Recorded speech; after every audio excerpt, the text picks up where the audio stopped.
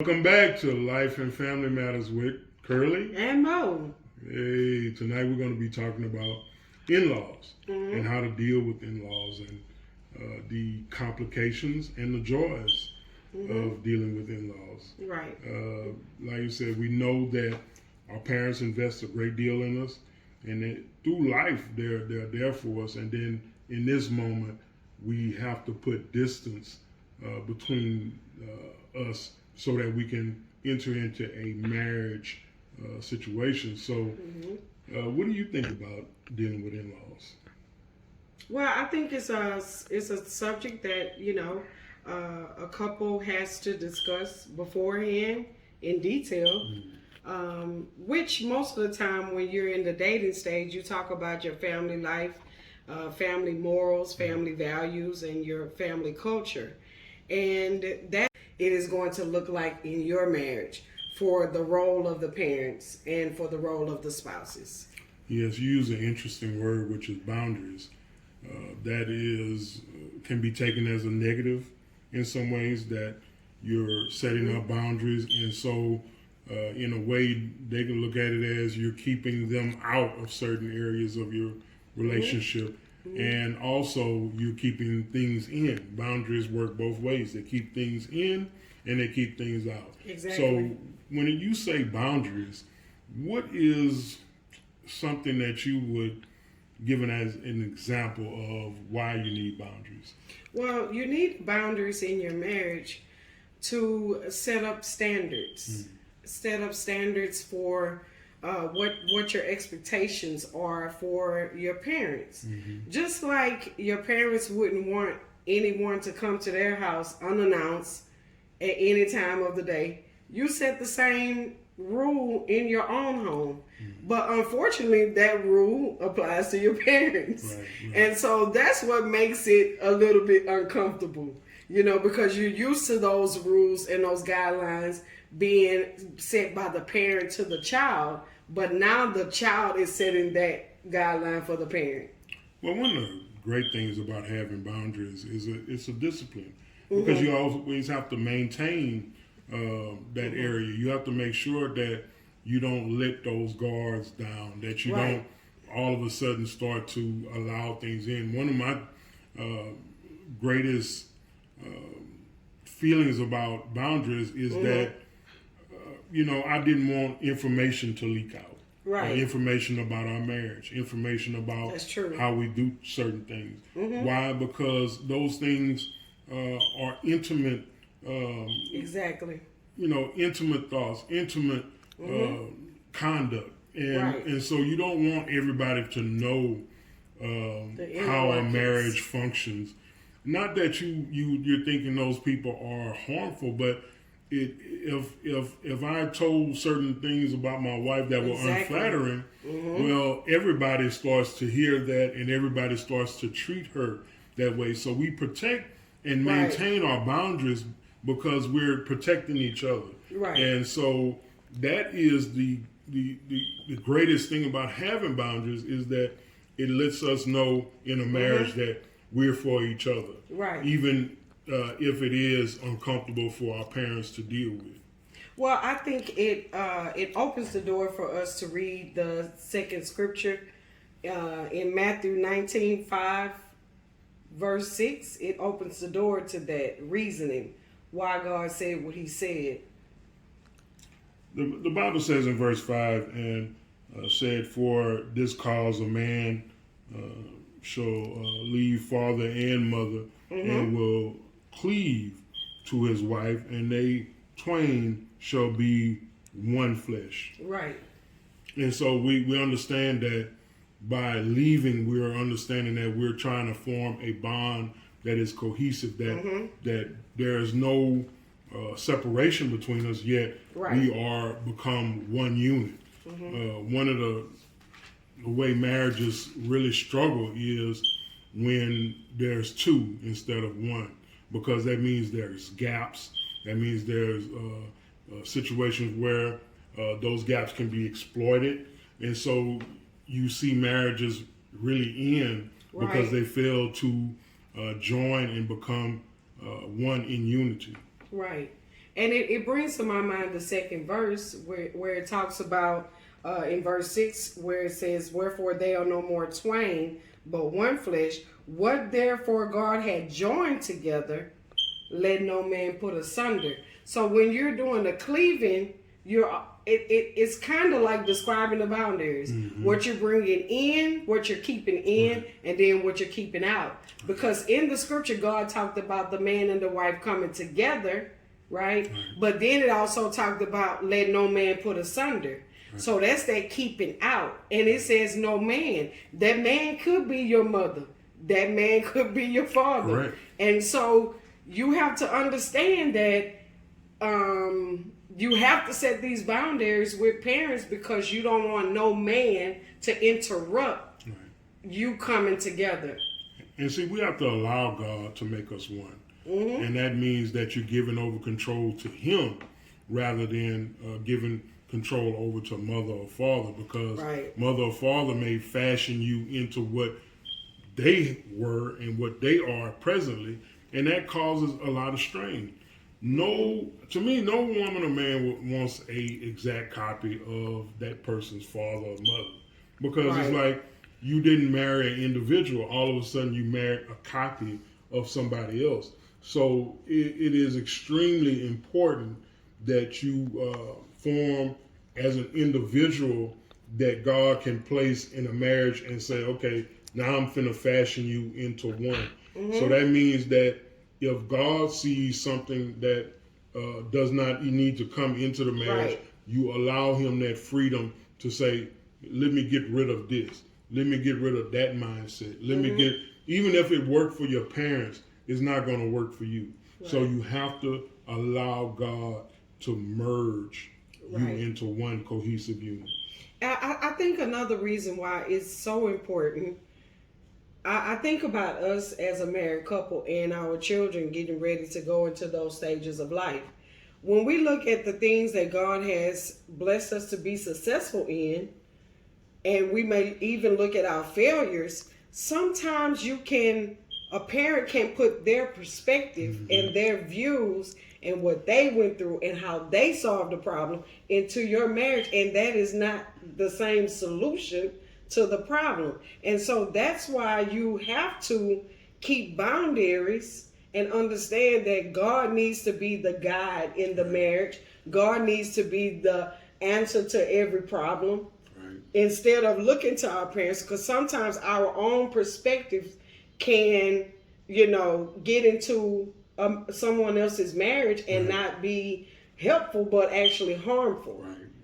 Mm-hmm. And see, I think that's the thing, is that you don't want a destructive element that is in another person's marriage. It is maybe a strength, but then in your marriage, it's destructive. Mm-hmm. So you have to be careful. And even that even goes to cultural ideas. Right. Certain things that work in another culture will not work in a Western society culture, because it's just like you're trying to put a block in a triangle peg. You're trying to fit something in that's never going to work. So you have to understand, even with cultural standards, don't believe that what worked in one part of the world in a marriage will work in America, and vice versa.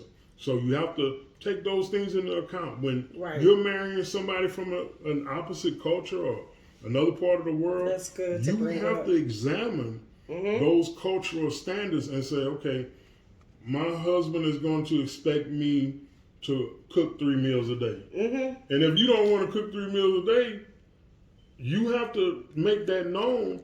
And those in-laws are going to say, well, why is she too good for our cultural standards, But you have to have those conversations beforehand. Right. That's why it's so very important to communicate before you marry. And in the joining together, that is so important, because joining together means ideals, cultures, values. Yes. We're joining it together, and we're making compromises, and we're also making changes, to fit our marriage. And that's why it's so important. It's not just the in-laws. It could be friends, That's huge because a lot of times you grow up with friends as a child, and you keep those people in your life, but you will have to make changes because you can't be a single woman being married. You Right. can't be a single man being married. So you can't take a single woman or a single man's views and perspectives into your marriage. So that means you have to keep friends out, family members out. Right. But the hardest of all is mother and father. And so when you're dealing with joining, you're also dealing with a lot of emotions, a lot of letting go, a lot of different connections that will be changing. It's not that you're cutting these people off, because that's not the will of God, because he does say honor your mother and your father. And it talks about friendship. The Bible talks about brotherhood and sisterhood. It's about the transitioning and setting up boundaries that will be profitable and effective for your marriage. What was the, I guess I would say, the most complicated thing you had to deal with an in-law? I think the most complicated for us, because you were raised by a single mother, the transition with that was I had to take your mother in, I had to take your sisters in, and so your role changed and my role changed. Mm-hmm. It was like I stepped in, and whenever your mother needed something, I was there for her. And it was the same way with my parents. They may have done things differently. Let's say with finances. Well, my parents kept their finances separate. Where in our marriage, we put our finances together. And so those different ideas I had to get used to, and I had to get rid of. Well, this is the way my parents did it, but this is the way we're going to do it. And I think that was probably the most complicated conversation we had to have was when I dealt with her parents. They were used to a man acting a certain way, living a certain way, leading a certain way. And I felt like when I came into their family, right, it was like we've never seen a man act like that before. So it was an uncomfortable transition that, right, you know, as a man, I demanded certain things. Demanded certain things from my wife. She demanded certain things from me. But they weren't used to seeing a man act like that. Right. So, you know, we had to have uncomfortable conversations at some point. But, you know, you have to establish yourself with in-laws. And you have the one of the most important things about dealing with in-laws is being consistent. Right. Don't That's be key. a person that this week I feel this way and that week I feel this way. Right, because that brings confusion. Because all it does is show that you're not stable. If it's like this is how it's going to be. And don't feel bad for conducting yourself a certain way as long as you're consistent. Right. At this time, I want to have a little fun with this topic because we have 3 children and we're going to be in-laws one day. Yes. So what kind of in-law or what kind of mother-in-law would you be? Well, I don't want to be the medicine mother-in-law. Okay. I don't want to be the double M. Yeah. But there when they need me. You know, but at the same time, I know I need to know my place.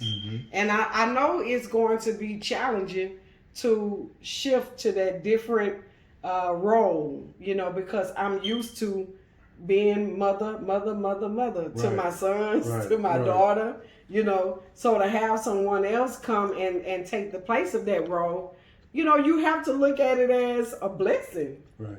You know, and you have to trust and know that you did everything you were supposed to do and called to do. And it's a letting go, you know. But to me, it's exciting because you're gaining more family members, you know. I guess I look at it as when you're a father-in-law, you want to be that person that does stand for something. Yeah. You want to, I'm going to be honest and kind of brutally honest at this point. You want certain people with certain characteristics to come into your family. That you have certain expectations. Yes. No matter what you say. And Yes. there have been in-laws that have been disappointed by the That's people true. that their children have married. That That's a good thing to bring up. that person is kind of a disappointment. Why you bring that person home?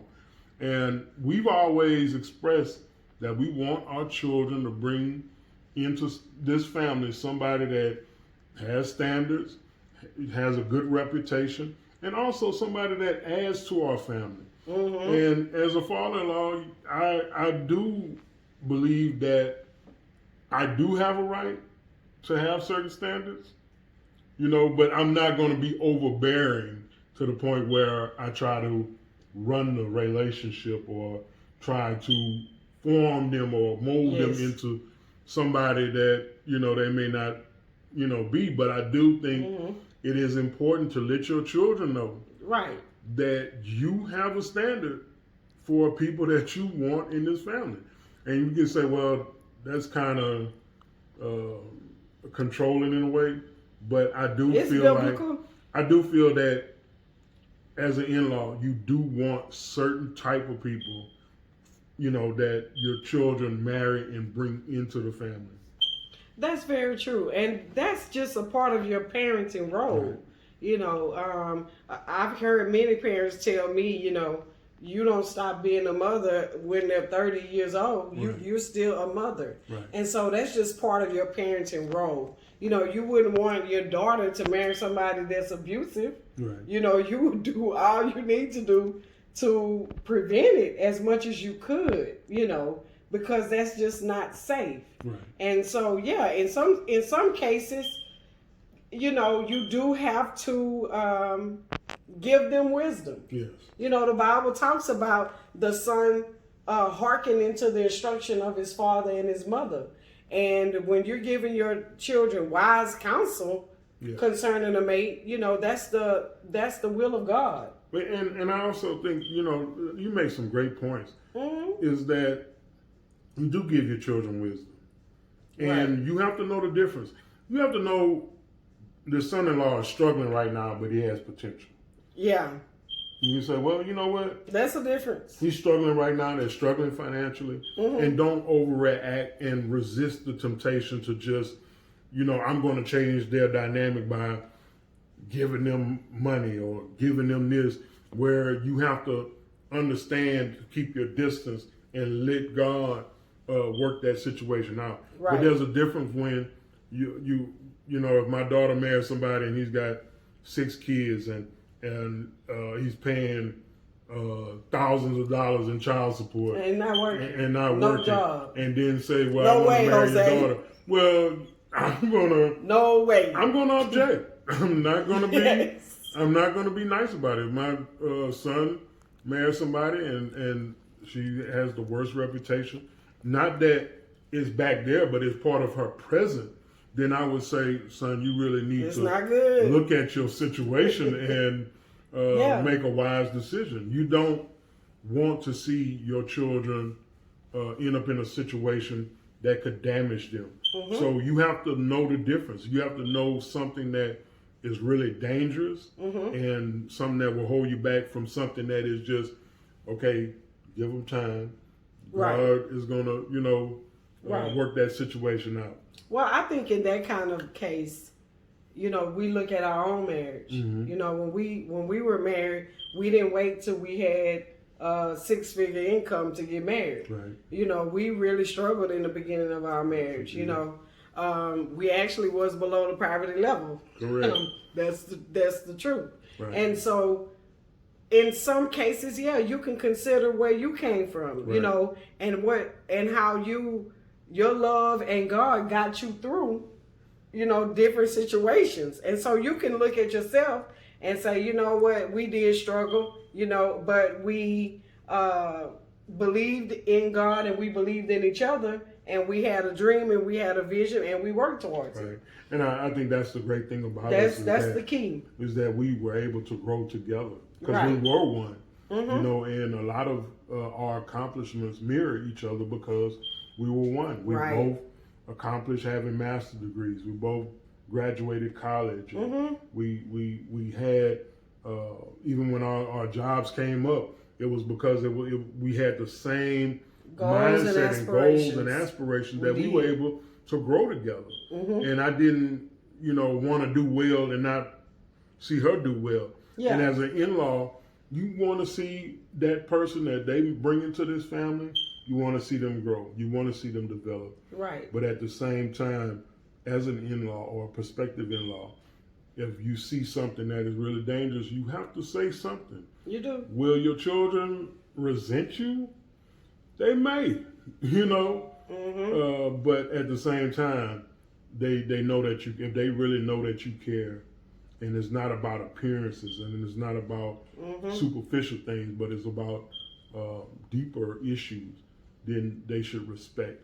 And really, you're not your just opinion. you're not just speaking on behalf of your child. You're speaking on the behalf of the person too, because you want them to do well. Also, you want them to make the necessary changes. And so you're not just looking on the behalf of your child. You're looking on behalf of the person that they're looking to marry, to be their best, and to make the changes they need to have a successful life. So I want to say this to our prospective son-in-law or daughter-in-law. Yes. We have expectations of you, but at the same time, we are a welcoming family and we love people. So we have expectations, but we're never going to be overbearing. And why? Because we understand our marriage, and we understand that your marriage is not going to be like our marriage. Your marriage is going to be something that God has His hands on. Right. So I believe that our time is just about up. Yes. So like I said when we started, hit that like button, hit that subscription button, and also make comments. Comment. We love to read your comments. We encourage you to comment. Yes. And we want to hear your thoughts on tonight's lesson. So please like, subscribe, and leave a comment. This is Life and Family Matters with Curley and Mo. All right. Thank you so much for joining God us. bless you. God bless you. Bye-bye.